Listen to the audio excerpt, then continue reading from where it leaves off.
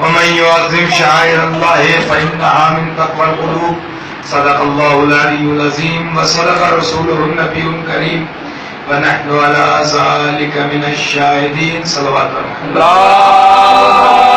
صل على محمد آل محمد. حاضرین کرام، شب جمعہ ہے، پہلی شب جمعہ ماہ محرم کی. آج موضوع سے ہٹ کر کے کچھ شب جمعہ کے عنوان سے گفتگو کرنی ہے. پہلی بات تو یہ کہ یہ جو شب جمعہ ہوتی ہے یہ اعمال اور دعاؤں کے قبولیت کی رات ہوتی ہے. اللہ آج کے دن توبہ بھی قبول کرتا ہے، جیسا کہ روایتوں میں ملتا ہے کہ فرشتہ آواز دیتا ہے کہ آج رحمت کی رات ہے، آج کی رات تم اللہ سے جتنے گناہ ہیں ان کی توبہ کرو، اللہ تمہارے گناہوں کی توبہ ضرور قبول کرے گا. اور دوسری بات کہ آج دعاؤں کی رات، جیسا کہ میں نے عرض کیا دعاؤں کی رات ہے، اور ہمارے یہاں یہ دستور ہے، طریقہ ہے کہ ہر شب جمعہ ہم لوگ اہل بیت علیہ السلام کا تذکرہ کرتے ہیں اور ان کی تعلیم کردہ دعاؤں کو پڑھتے ہیں. انہی تعلیم کردہ دعاؤں میں مولا کائنات کی ایک دعا ہے جسے ہم لوگ دعائے کمیل کے نام سے جانتے ہیں. شب جمعہ میں اس دعا کو پڑھنے کا بہت ثواب ہے. یہ دعا مولا کائنات نے جناب کمیل ابن زیاد کو تعلیم فرمائی تھی. کمیل ابن زیاد مولا کائنات کے بہت ہی خاص صحابہ میں سے ہیں، بہت ہی خاص چاہنے والوں میں سے کمیل ابن زیاد کو یہ دعا تعلیم فرمائی تھی. دعا شروع ہوتی ہے تو پہلے انسان اللہ سے اپنے گناہوں کی مغفرت مانگتا ہے. پہلے اللہ کی تعریف ہے. ہر دعا آپ اٹھا کر کے دیکھیں جو معصومین علیہ السلام سے مروی ہے، کوئی بھی دعا آپ اٹھا کر کے دیکھیں، ہر دعا میں اللہ تعالی سے معصوم پہلے اللہ کی تعریف کرتے ہیں اور اس کے بعد اللہ کی تعریف کرنے کے بعد عوام اپنے گناہوں سے مغفرت مانگتے ہیں، اللہ سے مدد مانگتے ہیں اور اپنے گناہوں سے مغفرت مانگتے ہیں. آواز دیتے ہیں، اسی دعائے کمیل کا فکر ہے، آواز دیتے ہیں مولا کائنات کہ اللہم اغفر لی الذنوب التی تغیر النعم، پالنے والے ہمارے ان گناہوں کو بخش دے کہ جن کی وجہ سے نعمتیں عذاب میں تبدیل ہو جاتی ہیں. اللہم اغفر لی الذنوب التی تحبس الدعاء، پالنے والے ہمارے ان گناہوں کو بخش دے جو ہماری دعائیں تجھ تک پہنچنے سے روکتے ہیں. ابھی تک تو ہم یہ سمجھ رہے تھے کہ ہماری دعا اللہ سنتا نہیں ہے، در حقیقت ہماری دعائیں اللہ تک پہنچتی ہی نہیں ہیں. حقیقت یہ ہے کہ ہماری دعائیں اللہ تک پہنچتی ہی نہیں ہے. ہم نے کچھ ایسے گناہ کیے ہوتے ہیں کہ جس کی وجہ سے یہ گناہ ہمارے مانے ہو جاتے ہیں ہماری دعاؤں کو پروردگار عالم کی بارگاہ میں پہنچنے سے. اس کی مغفرت مولا کائنات مانگ رہے ہیں. اللہم اغفر لی الذنوب التی تحبس الدعاء، پالنے والے ہمارے ان گناہوں کو بخش دے کہ جو گناہ ہمارے دعاؤں کو تجھ تک پہنچنے سے روک دیتے ہیں. اللہم اغفر لی الذنوب التی تنزل البلاء، اے میرے معبود، اے میرے پالنے والے، اے میرے پروردگار، میرے ان گناہوں کو بخش دے کہ جس کی وجہ سے ہمارے اوپر بلائیں نازل ہوتی ہیں. پتہ چلا بلائیں صرف امتحان کے لیے نازل نہیں ہوتی، گناہوں کی وجہ سے بھی نازل ہوتی ہیں. اور اللہ سے انسان کو دعا کرنا چاہیے کہ پالنے والے ہمارے گناہوں کو اسی دنیا میں بخش دے تاکہ آخرت میں ہم پاک صاحب جائیں. صلوات پڑھنے والے محمد اللہم صل علی محمد وآل محمد. اللہم اغفر لی الذنوب التی تغیر النعم. اور اس کے بعد یہ پوری بہت لمبی دعا ہے. بہت لمبی کا مطلب یہ نہیں کہ بہت زیادہ لمبی ہے. اگر پڑھا جائے تو 15 منٹ سے زیادہ کی دعا نہیں ہے یہ، زیادہ سے زیادہ 20 منٹ، اگر بہت دھیرے دھیرے بھی پڑھا جائے تو زیادہ سے زیادہ 20 منٹ کی دعا ہے، لیکن معارف کے دریا بہا دیے ہیں مولا کائنات نے۔ خطیب نہج البلاغہ ہے، وہ علی ہے کہ جس کے سامنے الفاظ دست بستہ کھڑے ہوتے، مولا ہمیں شرف استعمال بخش دیجئے تو ہمارا بھلا ہو جائے گا اور ہمیں فخر کرنے کا موقع ملے گا۔ خالق نہج البلاغہ نے دعا تعلیم کی، صرف یہی نہیں اور بھی بہت ساری دعائیں، جیسے دعائیں مشلول ہے، دعائیں مجیب ہے، یہ ساری دعائیں مولا کائنات نے تعلیم فرمائی ہیں۔ اور آج کی شب دعا کرنے کی شب ہے، آج کی شب درود بھیجنے کی شب ہے، آج کی شب حدیث قصہ پڑھنے کی شب ہے، اور حدیث قصہ پڑھی بھی جاتی ہے۔ مجھے بس حدیث قصہ کی کچھ بلند باتیں ہیں جو عرض کرنی ہے آج۔ حدیث قصہ پڑھتے ہیں، کیسے پڑھتے ہیں؟ شروع ہوتا ہے وہ جناب جابر بن عبداللہ انصاری سے روایت ہے کہ وہ جناب فاطمہ زہرا سلام اللہ علیہا سے روایت کرتے ہیں کہ ایک روز میرے گھر پہ پیغمبر اسلام آئے، اور آنے کے بعد سے پیغمبر اسلام نے فرمایا، ہے میری لال، ہے میری بیٹی، میں اپنے بدن میں ضعف محسوس کر رہا ہوں، اپنی چادر لے کر کے آؤ۔ رکیے، ٹھہریے، اے میری لال، اے میری بیٹی فاطمہ، تم اپنی یمانی چادر لے کر کے آؤ۔ اور اس کے بعد شہزادی زہرا یہ فرماتی ہے کہ میں نے چادر دی اور پیغمبر اسلام اس چادر کو اوڑھ کر کے لیٹ گئے۔ یہاں تک آپ نے سنا، ٹھہریے۔ پیغمبر اسلام کا ایک معجزہ یہ بھی ہے، ایسے تو پیغمبر اسلام کے جسم کا ہر عضو معجزہ ہے۔ جب ہاتھ پر سنگریزے آتے ہیں، گھر میں پڑھتے ہوئے نظر آتے ہیں، پیغمبر اسلام کے چہرے انور کو کوئی دیکھتا ہے تو وہ کلمہ پڑھتا ہوا نظر آتا ہے۔ پیغمبر اسلام کی زبان چسانے کا یہ اثر ہے کہ علی جیسا انسان پیدا ہوتا ہے۔ پیغمبر اسلام کی تربیت کا یہ اثر ہے کہ بندہ اس منزلت پہ پہنچ جاتا ہے کہ لوگوں کو خدا ہونے کا شک ہو جاتا ہے۔ تو یوں تو پیغمبر اسلام کا ہر عضو معجزہ ہے، پیغمبر اسلام بذات خود معجزہ ہے، لیکن ام المومنین عائشہ اس بات کو روایت فرماتی ہے کہ پیغمبر اسلام کے جسم سے رات کے اندھیرے میں اتنا زیادہ نور نکلتا تھا کہ میں رات کے اندھیرے میں سوئی تلاش کر لیا کرتی تھی۔ یہ ہے پیغمبر اسلام کی خاصیت، پیغمبر اسلام کے جسم کی خاصیت۔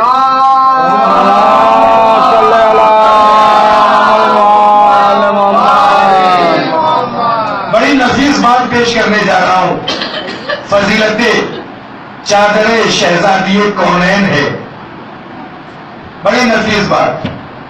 پیغمبر اسلام کے جسم سے رات کو اتنا زیادہ نور نکلا کرتا تھا کہ ام المومنین عائشہ کہتی ہے کہ میں رات کے وقت سوئی تلاش کر لیا کرتی تھی۔ اب یہاں پر ٹھہر کر کے ایک حدیث پیش کروں پیغمبر اسلام کی۔ پیغمبر اسلام فرماتے ہیں کہ فاطمہ تو بضعۃ منی، فاطمہ میرا ٹکڑا ہے۔ بہت توجہ کیجیے گا، فاطمہ میرا ٹکڑا ہے، اور قاعدہ یہ ہے کہ جو خاصیت کل کے اندر پائی جاتی ہے وہی خاصیت جز کے اندر پائی جانی چاہیے۔ قاعدہ یہی ہے۔ ایک شیشہ آپ دیکھیں، شیشہ لے، اگر شیشہ ٹوٹ بھی جاتا ہے، چھوٹا سا ٹکڑا بھی شیشے کا ہے، تو اس چھوٹے سے ٹکڑے میں وہی خاصیت پائی جائے گی جو بڑے شیشے میں کیا خاصیت پائی جائے گی۔ بڑے پتھر کا چھوٹا ٹکڑا، پتھر چھوٹا سا ہوتا ہے لیکن اس کے اندر بھی وہی خاصیت پائی جائے گی جو بڑے پتھر کے اندر پائی جاتی ہے۔ مطلب یہ ہے کہ قاعدہ یہ ہے کہ جو خاصیت کل کے اندر پائی جاتی ہے وہی خاصیت جز کے اندر پائی جاتی ہے۔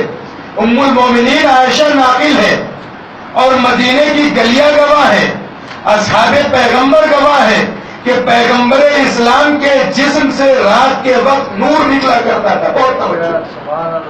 پیغمبر اسلام کے جسم سے رات کے وقت نور نکلا کرتا تھا. اور پیغمبر اسلام یہ فرما رہے ہیں کہ فاطمہ میرا جز ہے, فاطمہ میرا جز ہے. تو جو خاصیت کل کے اندر ہے وہی خاصیت جز کے اندر ہونا چاہیے.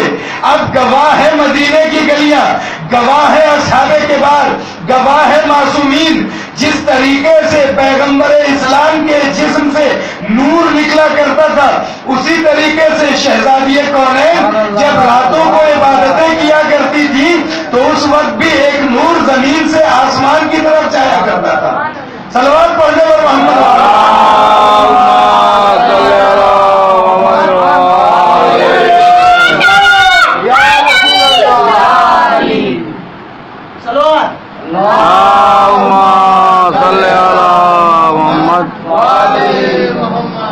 یہی وجہ ہے کہ شہزادی کونین کے وقت صحرا ہے.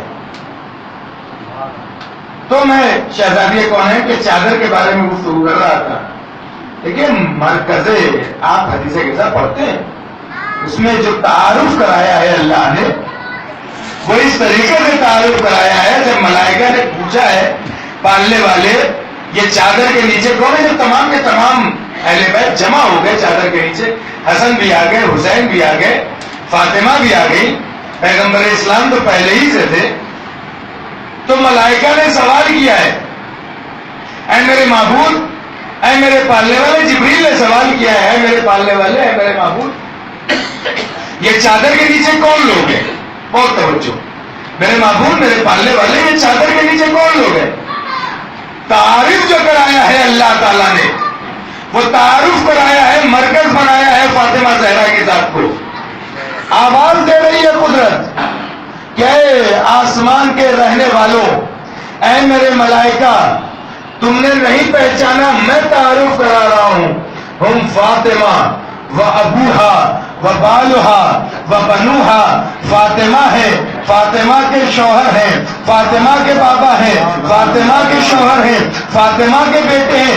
مطلب یہ ہے کہ اللہ یہ بتانا چاہ رہا ہے کہ مرکز ہے فاطمہ, انہی کے گرد رسالت بھی گھومتی ہے, انہی کے گرد امامت بھی گھومتی ہے, انہی کے گرد ولایت بھی گھومتی ہے. قربان ہو جائے ہماری جانب شہزادی کونین کی ذات پر. سلام ہے شہزادی آپ کی ذات پر کہ آپ کی ذات وہ ہے, آپ کی ذات وہ ہے کہ رسالت اپنی قبولیت کی سند آپ کے پاس آ کر کے لیتی ہے. آپ کی ذات وہ ہے کہ امامت کی جنت آپ کے قدموں کے نیچے ہے. توجہ, آپ نے غور نہیں فرمایا. امامت کی جنت آپ کے قدموں کے نیچے نہیں, الفاظ بدلوں, جوانان جنت کے سرداروں کی جنت آپ کے قدموں کے نیچے ہے. صلوات پڑھیں اور محمد صلی علی محمد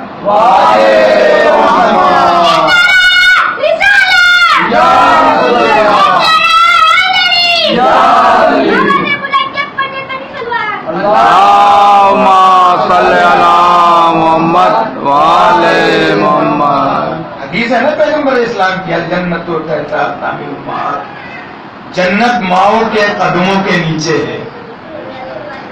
تو خاتون جنت کے قدموں کے نیچے سردار جوانان جنت کی جنت ہے. اور اس کے بعد آپ حدیث قصہ پڑھتے رہتے, بس ایک طرف توجہ دلانا ہے اور انشاءاللہ گفتگو آگے بڑھ جائے گی. توجہ کس بات پہ دلانا ہے؟ جب یہ تمام کے تمام اہل بیت جمع ہو گئے تو پھر فرشتے نے سوال کیا تھا, اللہ نے فاطمہ کو مرکز بنا کے بھیجا. جبریل نے سوال کیا تھا. جی چاہتا ہے کہ جبریل سے ایک سوال کروں میں بھی. اے جبریل, کبھی سورہ حلقہ لے کر کے آ رہے ہو, کبھی وحی لے کر کے آ رہے ہو, کبھی شہادت حسین کی خبر لے کر کے آ رہے ہو, کبھی چکیاں چلانے کے لیے آ رہے ہو. سب کو تو تم نے دیکھا ہوا ہے, پھر اللہ سے سوال کیوں کر رہے ہو کہ پالنے والے یہ چادر کے نیچے کون لوگ ہیں؟ سب کو تو تم نے دیکھا ہوا ہے، حسن کو تم نے دیکھا ہوا ہے، حسین کو تم نے دیکھا ہوا ہے، پیغمبر اسلام کو تم نے دیکھا ہوا ہے، علی کو تم نے دیکھا ہوا ہے، پھر سوال کیوں کر رہے ہو کہ یہ چادر کے نیچے کون ہے؟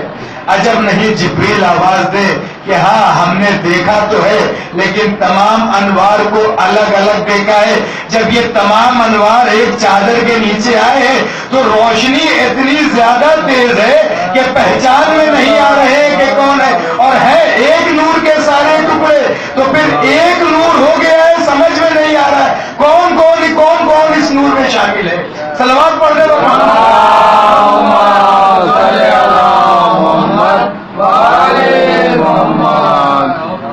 اور میں نے 2-3 روز پہلے عرض کیا تھا کہ مودت دو طرفہ ہوتی ہے نا، میں نے عرض کیا تھا مودت دو طرفہ ہوتی ہے. تو آئیے حدیث قصہ میں مودت کی مثال دیکھی جائے.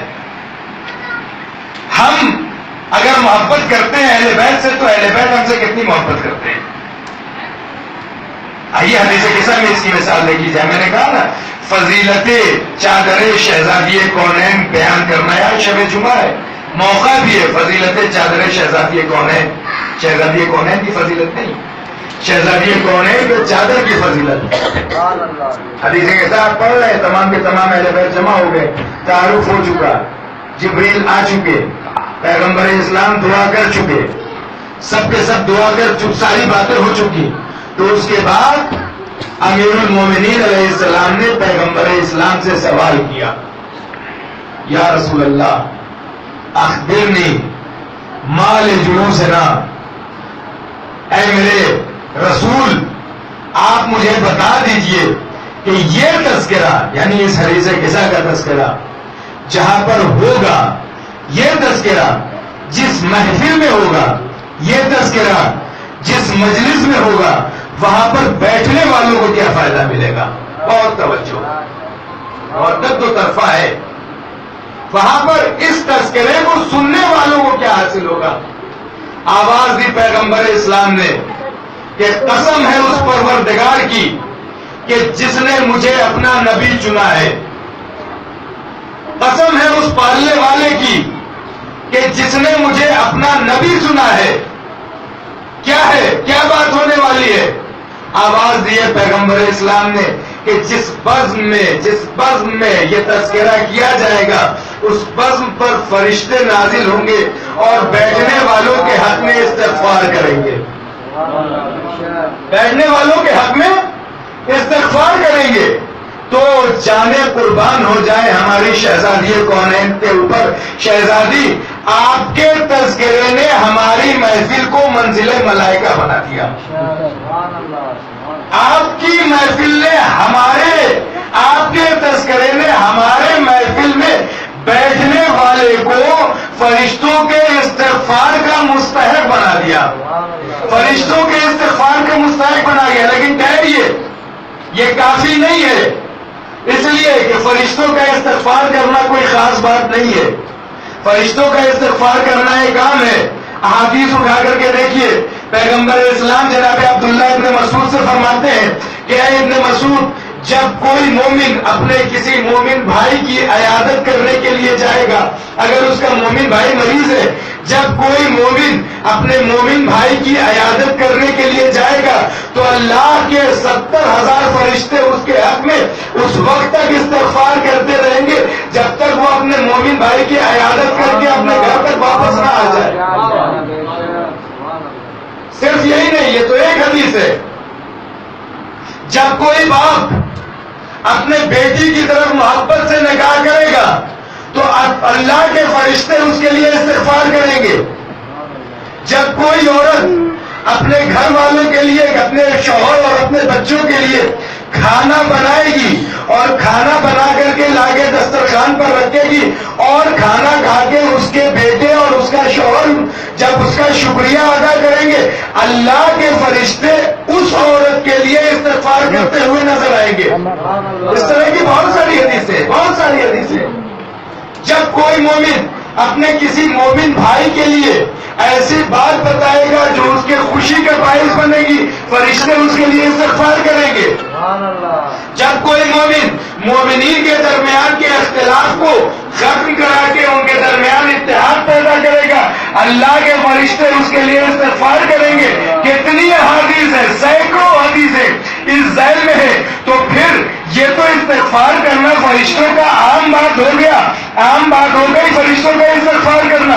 اور فضیلت شہزادی کونین، فضیلت چادر شہزادی کونین ہے خاص، عام بات ہے فرشتوں کا استغفار کرنا، خاص کوئی بات نہیں ہے۔ کہا نہیں، خاص بات ہے۔ جس لہجے میں پیغمبر اسلام نے یہ بات کہی تھی اسی لہجے میں آواز دی، وقال ثانیاً، رسول نے دوبارہ کہا، رسول نے دوبارہ کہا۔ اس کا مطلب یہ ہے کہ بات ختم نہیں ہوئی ہے، بات ختم نہیں ہوئی ہے۔ یہ تو مادی چیزیں ہیں، یہ تو آخرت، یہ تو دنیاوی چیزیں ہیں، یہ تو آخرت کی چیزیں ہیں۔ دنیاوی چیزیں تو ابھی باقی ہیں۔ کہ دنیاوی چیزیں کیا ہے؟ فقال ثانیاً، پیغمبر اسلام نے دوبارہ فرمایا، اے علی، اسی لہجے میں جس لہجے میں استغفار کا تذکرہ کیا تھا، اسی لہجے میں، قسم ہے اس پروردگار کی کہ جس نے مجھے نبی بنایا، قسم ہے اس پروردگار کی کہ جس نے مجھے سید المرسلین بنایا۔ اے علی، اس تذکرے میں کو سننے والی مجلس میں جو کوئی بھی ہوگا اگر فکر مند ہوگا تو اللہ اس کے فکر کو دور کرے گا، اگر فکر مند ہوگا تو اللہ اس کے فکر کو دور کرے گا، اگر مغموم ہوگا اللہ اس کے غم کو دور کرے گا، اگر کوئی حاجت ہوگی تو اللہ اس کے حاجت کو دور کرے گا۔ بس عزیزان گرامی، جب یہاں تک بات آ گئی تو مولا کائنات نے فرمایا کہ کامیاب ہو گئے ہم اور ہمارے چاہنے والے۔ صلوات پڑھنے والے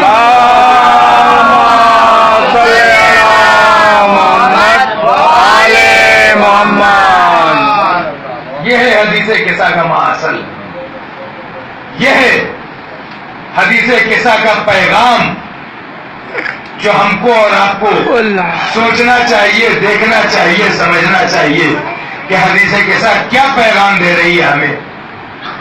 بس ایک طرف اور اشارہ کروں اسی حدیث قصہ کے ذہن میں،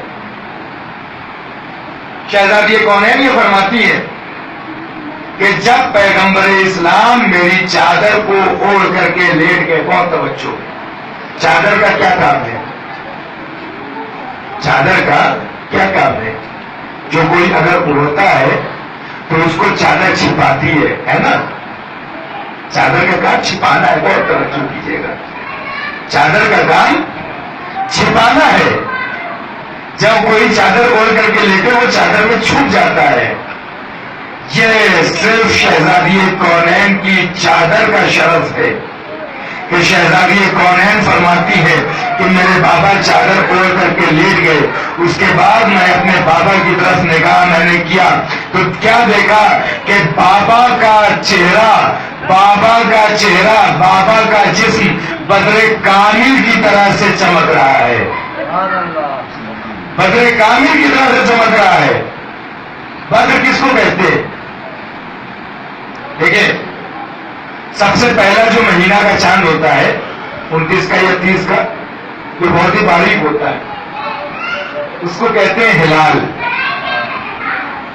اس کو ہلال کہتے ہیں۔ یہی چاند جب اپنی منزلیں طے کرتا ہوا 10ویں یا 11ویں کے وقت پہنچتا ہے، 10ویں یا 11ویں تاریخ کو، تو اس کو کہتے ہیں قمر۔ اور یہی چاند جب 14ویں کا چاند ہو جاتا ہے تو اس کو بدر کامل کہا جاتا ہے۔ کان البدر فی لیلۃ تمام ہی و کمال ہی، اس کو بدر کامل یا بدر کمال کہا جاتا ہے۔ اب آئیے، میں نے ابتدا میں جو بات عرض کی تھی، ام المومنین عائشہ کی روایت دوبارہ عرض کروں۔ ام المومنین عائشہ یہ فرماتی ہے کہ پیغمبر اسلام کے جسم سے اتنی زیادہ روشنی نکلتی تھی کہ میں رات کے اندھیرے میں سوئی کھوج لیتی تھی، لیکن عزیزان گرامی اس وقت بھی یہ رسالت کے جسم سے جو روشنی پھوٹتی تھی وہ یا تو ہلال ہوتی تھی یا قمر ہوتی تھی، وہ یا تو ہلال ہوتی تھی یا قمر ہوتی تھی. جیسے ہی یہ رسالت کا نور چادر زہرا کے نیچے آیا تو وہ ذوف ختم ہو گیا اور اب رسالت کا نور بدر کمال کی طرح سے پورے چاند کی طرح سے چمک رہا ہے. صلوات پڑھ لے محمد. اللهم صل على محمد. بس عزیزان گرامی، یہ ہے چادر شہزادی کونین کی فضیلت. اور شہزادی کی فضیلت کا تو کہنا ہی نہیں. شہزادی کی وہ ذات ہے کہ جس کے بارے میں پیغمبر اسلام فرماتے ہیں کہ من ارضاہا فقط ارضانی ومن آزاہا فقط آزانی. جس نے زہرا کو راضی رکھا اس نے مجھے راضی رکھا، جس نے زہرا کو اذیت دی اس نے مجھے اذیت دی. یعنی زہرا کی رضا اللہ کے رسول کی رضا ہے، زہرا کی رضا اللہ کی رضا ہے، اور زہرا کا غضب اللہ کے رسول کا بھی غضب ہے اور اللہ کا بھی غضب ہے. یہ ہے عائشہ میں جمعہ ہے نا، تذکرہ کرتے ہیں آپ اور حدیث کتاب بھی پڑھتے ہیں. لیکن عزیزانو، آج کی شب وہ ہے، آج کی تاریخ وہ ہے، کربلا کے میدان کا تذکرہ ہونا ہے، حسین کے مصائب پڑھے جانے ہیں. آج کی تاریخ وہ ہے کہ آج کے دن امام حسین علیہ السلام کے اوپر پانی پوری طریقے سے بند کر دیا. حسین کے قیام میں اب پانی نہیں. اور رفتہ رفتہ عاشور کی شب آئی، عاشور کی شب آئی. آپ جناب قاسم کے مسائل لگاتار سن رہے ہیں، سنا ہے آپ نے جناب قاسم کے مسائل، عبداللہ ابن حسن کے مسائل سنا ہے. بس ایک منظر دل تھام کر کے اس مسائل کو، اس روایت کو سنیے گا. مورخ عصر علامہ نجم الحسن قراروی اپنی کتاب ذکر العباس میں اس واقعے کو تحریر فرماتے ہیں کہ شب عاشور تھا، شب عاشور تھی. امام حسین علیہ السلام فوجوں کا جائزہ لے کر کے خیمے کی طرف واپس پلٹ رہے تھے. اصحاب کا جائزہ لے کر کے خیمے کی طرف واپس پلٹ رہے تھے کہ اتنے میں امام حسین علیہ السلام کو جناب عباس کے خیمے سے کسی کے بات کرنے کی آواز سنائی دی. بہت توجہ، تصور کیجیے. بس جناب عباس کے خیمے سے کسی کے بات کرنے کی آواز سنائی دی. کان لگایا تو دیکھا کہ 3 لوگ گفتگو کر رہے ہیں، جناب عباس، جناب علی اکبر اور جناب قاسم. گفتگو ہو رہی ہے. میں پہلے کنچن کرنے کے لیے جاؤں گا، میں پہلے اللہ کی راہ میں قربانی پیش کروں گا. کبھی جناب عباس کہہ رہے ہیں، کبھی جناب قاسم کہہ رہے ہیں، کبھی جناب علی اکبر کہہ رہے ہیں. ہم پہلے اللہ کی راہ میں قربانی کریں گے، ہم پہلے اللہ کے دین کی راہ میں قربانی دیں گے. عزاداروں، یہ گفتگو ہو ہی رہی تھی کہ ایک مرتبہ عزاداروں دل تھامیے پر تصور کیجیے. ایک مرتبہ جناب علی اکبر نے جناب عباس سے یہ کہا کہ چچا، اگر آپ پہلے قربان ہو جائیں گے تو آپ لشکر کے علمدار ہیں. چچا، آپ کے جانے کے بعد بابا کی کمر ٹوٹ جائے گی، لشکر تتر بتر ہو جائے گا، اس لیے کہ آپ علمدار ہیں لشکر کے. آپ پہلے نہیں جائیے گا، پہلے میں جاؤں گا. جناب عباس نے، بہت توجہ کیجیے گا عزاداروں، جناب عباس نے جناب علی اکبر سے کہا نہیں میرے لال، تم پہلے نہیں جاؤ گے، اس لیے کہ تم حسین کی پہلی اولاد ہو، حسین کی سب سے چہیتی اولاد ہو. اے میرے لال، اگر تم کل میدان قتال میں جا کر کے پہلے شہید ہو گئے تو حسین کی آنکھوں کے سامنے اندھیرا چھا جائے گا. اور فرمائے، میں نے کہا نا کربلا ایثار کی زمین ہے، کربلا سے ایثار سیکھا جاتا ہے. میرے لال، اگر تم چلے جاؤ گے تو آقا حسین کی آنکھوں میں آنسو آ جائے گا اور آقا حسین کی آنکھوں سے کچھ نہیں دکھائی دے گا. عزاداروں، وہیں پہ یتیم حسن 13 یا 14 سال کا بچہ بھی کھڑا تھا، آواز دی کہ چچا آپ بھی نہیں جائیے گا، اور بھیا علی اکبر آپ بھی نہیں جائیے گا، چچا آپ جائیے گا تو بھی لشکر حسینی کا نقصان ہے، آقا امام حسین علیہ السلام کی کمر ٹوٹ جائے گی، بھیا علی اکبر تم اگر چلے جاؤ گے، آپ اگر چلے جائیں گے تو میرے آقا کی آنکھوں کے سامنے اندھیرا آ جائے گا، بھائی آقا چچا بھیا میں یتیم ہوں، میرے جانے سے کسی کو کوئی فرق نہیں پڑے گا، میں سب سے پہلے جا کر کے شہادت پیش کروں گا۔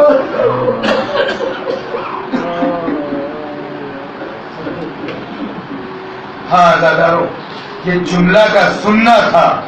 ایک مرتبہ امام حسین علیہ السلام جلدی سے خیمے میں آئے، بھتیجے کو گلے سے لگایا، میرے لال کس نے کہہ دیا ہے کہ تم یتیم ہو؟ میں تمہارے باپ کی جگہ پہ ہوں، میرے لال اب آج سے کبھی اپنے آپ کو یتیم نہ کہنا، میں جو بھی تمہاری مشکل ہوگی میں حل کروں گا۔ عاشور کا دن آیا، عاشور کا دن آیا، عزادارو سب کے سب رخصت ہونے لگے، سب کے سب رخصت ہونے لگے۔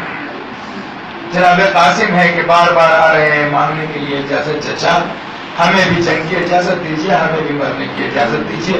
امام حسین علیہ السلام اجازت نہیں دے رہے ہیں، امام حسین علیہ السلام اجازت نہیں دے رہے کہ اتنے میں خیمے میں خبر گئی جناب ام فروا کے پاس کہ قاسم کو مرنے کی اجازت نہیں مل رہی ہے، قاسم کو مرنے کی اجازت نہیں مل رہی ہے۔ عزادارو بی بی ام فروا نے گریہ کرنا شروع کر دیا، میں غیر خاندان کی ہوں، میں امرؤ القیس کی بیٹی ہوں، میں غیر خاندان کی ہوں، شاید اس وجہ سے آقا میری قربانی کو نہیں قبول کرنا چاہتے۔ عزادارو جیسے ہی یہ خبر امام حسین علیہ السلام کے پاس گئی، امام حسین علیہ السلام نے قاسم ابن حسن کو اجازت دی، قاسم ابن حسن کو اجازت دی، اور اس کے بعد اب قاسم رخصت ہو رہے ہیں، قاسم رخصت ہو رہے ہیں۔ کہنے سے کس شان سے رخصت ہو رہے ہیں عزادارو سنو گے، کس شان سے رخصت ہو رہے ہیں؟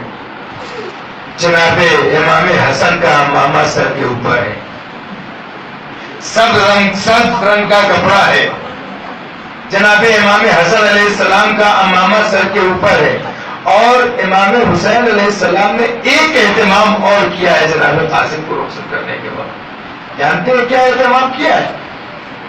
جناب قاسم کے کردے کو جگہ جگہ سے چاک کر دیا ہے، یہ علامت یتیمی کی ہے عرب میں، اور یتیم کے اوپر کوئی ظلم نہیں کرتا ہے، یتیم کے اوپر کوئی ہتھیار نہیں اٹھاتا ہے۔ اس شان سے جناب قاسم میدان کربلا میں آئے، لیکن ظالموں نے اس کے اوپر بھی رحم نہیں کھایا، اس یتیمی کے اوپر بھی رحم نہیں کھایا، دھوکے سے جناب قاسم کے اوپر حملہ کیا، دھوکے سے جناب قاسم کے اوپر حملہ کیا، اور جناب قاسم کے اوپر جو حملہ کیا ہے، جناب قاسم نے چاہا کہ گھوڑے کو واپس لے کر کے آئے، رکاب میں پیر پھنسا، اور اس کے بعد ادھر کے گھوڑے ادھر کے گھوڑے ادھر، قاسم کا لاشا بیچ میں آواز دے رہے ہیں جناب قاسم چچا ہماری مدد کو آئیے، اے چچا ہماری مدد کو آئیے۔ عزادارو مدینے میں امام زین العابدین علیہ السلام نے امام زین العابدین علیہ السلام سے کسی نے سوال کیا تھا، آقا یہ بتائیے کہ امام حسین علیہ السلام کو سب سے زیادہ کس شہید نے پکارا تھا؟ سب سے زیادہ کس شہید نے پکارا تھا؟ ایک مرتبہ امام حسین العابدین علیہ السلام نے یہ آواز دی، جانتے ہو سن سکو کہ کس نے پکارا تھا؟ کہا آقا بتائیے کس نے پکارا تھا؟ آپ کے آقا نے آواز دی تھی کہ سب سے زیادہ جو صدا لگائی تھی، سب سے زیادہ جو امام کو مدد کے لیے پکارا تھا، وہ یتیم حسن جناب قاسم نے پکارا تھا، جناب قاسم نے پکارا تھا۔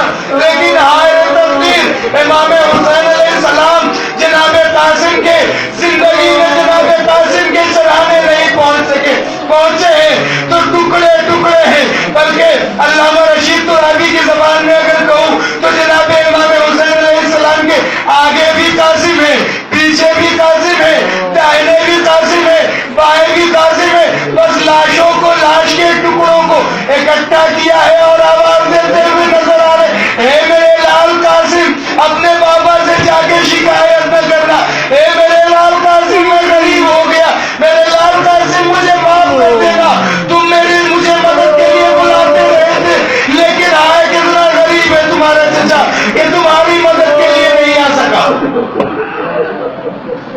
اجرکم اللہ اجرکم اللہ۔ ہاں عزادارو، بس آخری فکرے ہیں، علم بھی رکھا ہوا ہے، آخری فکرے ہیں۔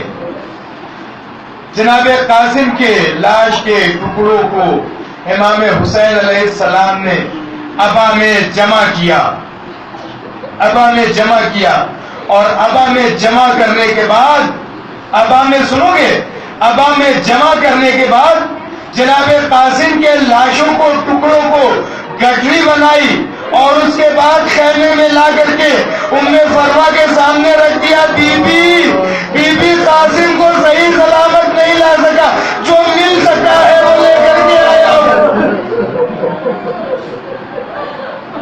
ہاں بس علم رکھا ہے، ایک منظر، ایک فقرہ علم کے حوالے سے اور مصائب جناب عباس کے حوالے سے عرض کروں گا، اور آپ کی زحمت تمام۔ چونکہ علم رکھا ہوا ہے تو جی یہ چاہتا ہے کہ تذکرہ جناب عباس بھی ہو جائے۔ سنا گیا عزادارو، مجھے کچھ شہادت جناب عباس بھی نہیں پڑھنا، کچھ بھی نہیں پڑھنا، بس ایک طرف ایک عالم کا بیان ہے، ایک عالم کا بیان ہے۔ کیا بیان ہے؟ ان کا یہ کہنا ہے کہ میں کربلا معلیٰ میں مجلس پڑھ رہا تھا، میں کربلا معلیٰ میں مجلس پڑھ رہا تھا، مصائب امام حسین علیہ السلام پڑھ رہا تھا، رخصت امام حسین علیہ السلام پڑھ رہا تھا، کہ اتنے میں آواز آئی ہے عالم دین، اے علامہ مجلسی، میں فضا ہوں۔ علامہ مجلسی نے آواز دی، ہاں بی فرمائیے فرمائیے، مجھے بلا لیا ہوتا میں آ جاتا، آپ نے کیوں زحمت کی؟ کہا میری بیوی تم سے کچھ کہنا چاہتی ہے، شہزادی زہرا تم سے کچھ کہنا چاہتی ہے۔ کہا شہزادی مجھے بلا لیتی، خود کیوں زحمت کی؟ خود کیوں زحمت کی؟ کہا نہیں، شہزادی اپنے ذاکر سے ملنے کے لیے خود آئی ہیں۔ اور اس کے بعد کہا ہاں بی بی فرمائے، حکم فرمائے۔ ایک مرتبہ شہزادی زہرا نے کہا کہ اے ذاکر حسین، اے مجلسی، تم میرے لال کا مصائب نہیں پڑھتے ہو، تم میرے لال کا مصائب نہیں پڑھتے ہو۔ آواز دی، بی ابھی تو رخصت امام حسین علیہ السلام پڑھ رہا ہوں، ابھی تو شہادت امام حسین علیہ السلام پڑھ رہا ہوں، آپ کے لال کے مصائب ہی تو پڑھ رہا ہوں۔ آواز دی، نہیں میرے ذاکر، تم میرے لال عباس کے مصائب نہیں پڑھتے، تم میرے لال عباس کے مصائب نہیں پڑھتے۔ کہا ابھی بھی پڑھتا تو ہوں۔ کہا نہیں، تم میرے لال عباس کے مصائب نہیں پڑھتے۔ کہا کون سے مصائب میں نہیں پڑھتا؟ ایک مرتبہ شہزادی زہرا یہ فرماتی ہے، ذاکر ذرا انصاف سے بتاؤ، ہر شہید میدان کربلا کا جب زمین کے اوپر گر رہا تھا تو اس کے دونوں ہاتھ سلامت تھے، وہ گھوڑے سے زمین کے اوپر